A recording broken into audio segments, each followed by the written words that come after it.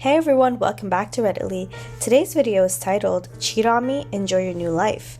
Please make sure you like and subscribe and hit that notification bell so you never miss a future upload from us.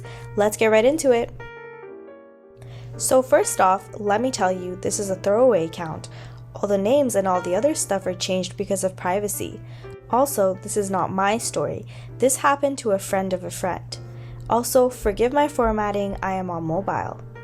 To this story, me and my friends sometimes hang out with a guy we will call Mark. Now Mark is in his 40s, happily married to a woman. They have 2 kids in their teens.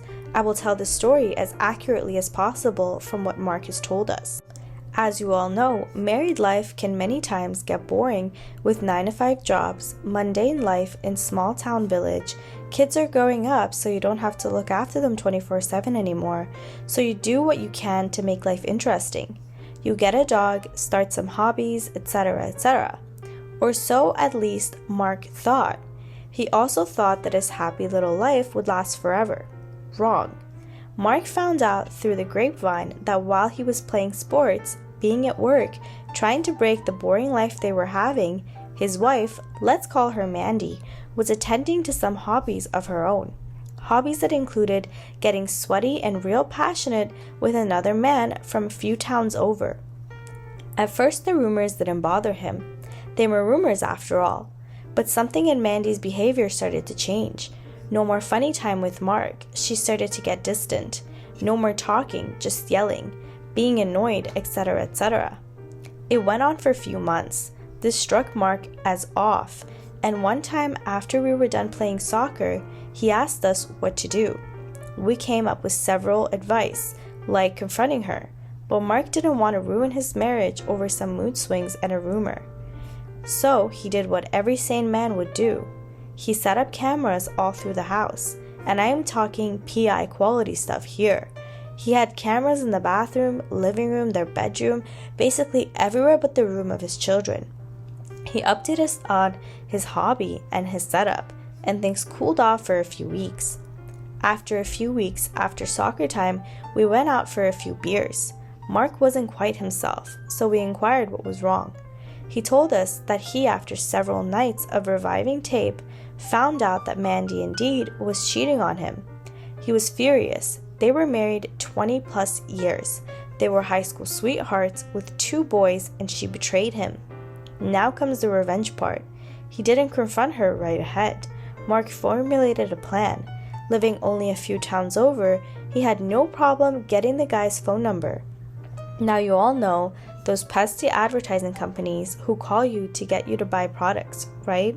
Mark pretended to be one and called the guy with the pretense he was selling him some body cleansing pills and other S. He knew the guy was overweight and being a quite smooth talker. He didn't have much problem getting him hooked. He got the guy's first and last name, which he already knew, his address, SSN, job address, and some other stuff that doesn't really matter to the story. He told the guy he was in a ballot for different prizes for the company he was working for, and he would stay in touch in case the guy won anything. After that came part 2. While Mandy was at work on a Friday, he packed all the stuff she owned, clothes, jewelry, collectibles, and other stuff into their family car. They have a Volkswagen Touran, so everything she had easily fit in. When Mandy came home from work, he told her they were going on a trip. At first she was against it, but again the smooth talking convinced her to roll over pretty quick, and she got in the van with him. Before that, he took the boys to one of their friends' house. They weren't 18 yet, and he is a responsible father. And off they went. Where did you go, they ask? Remember how he called the guy Mandy was cheating with? I think you know the answer. Sadly, or very hilariously, Mandy had no clue. He took her, all of her belongings, to the guy's address and called him on the way, telling him to come outside. He said he won the first prize and he was on the way to give it to him personally. Mandy still had no clue. She thought he was just pranking one of his friends.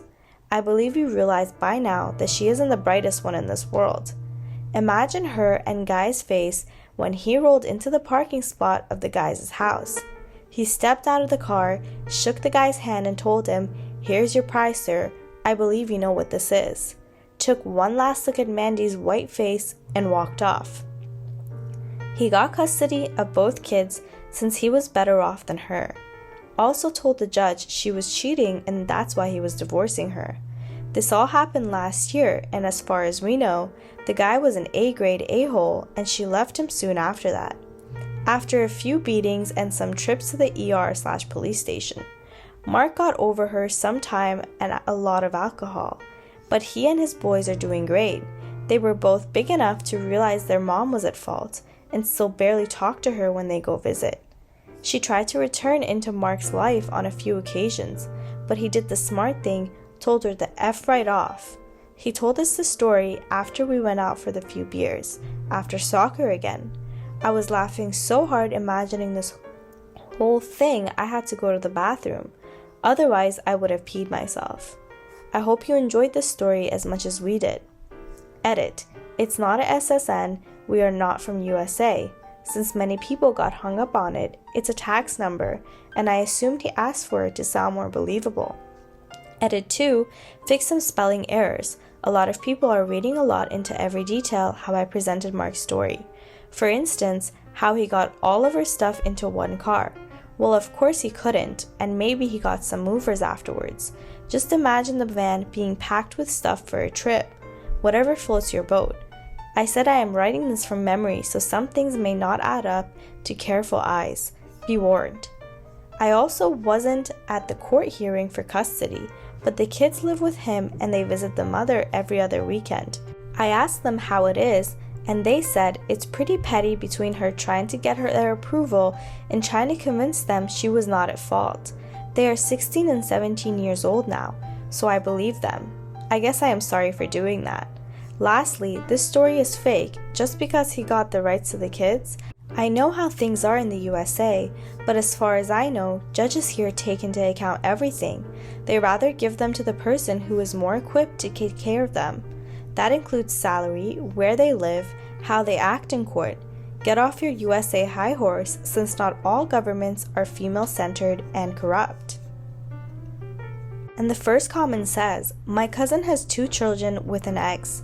She's now homeless, addicted to pills and other drugs, has never had a job.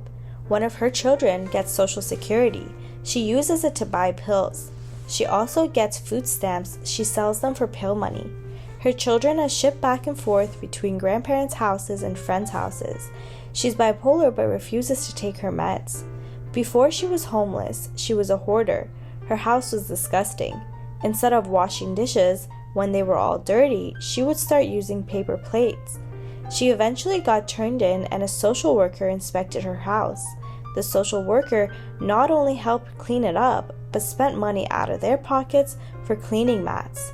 My cousin exactly isn't rolling in dough, but he is drug-free, has no mental disorders, has a vehicle and his own place. His kids love him and have expressed their wish to live with him. Yet the courts decided against giving him custody. I have no doubt most courts are extremely biased in favor of women right now. It's kinda nice reading some courts are not.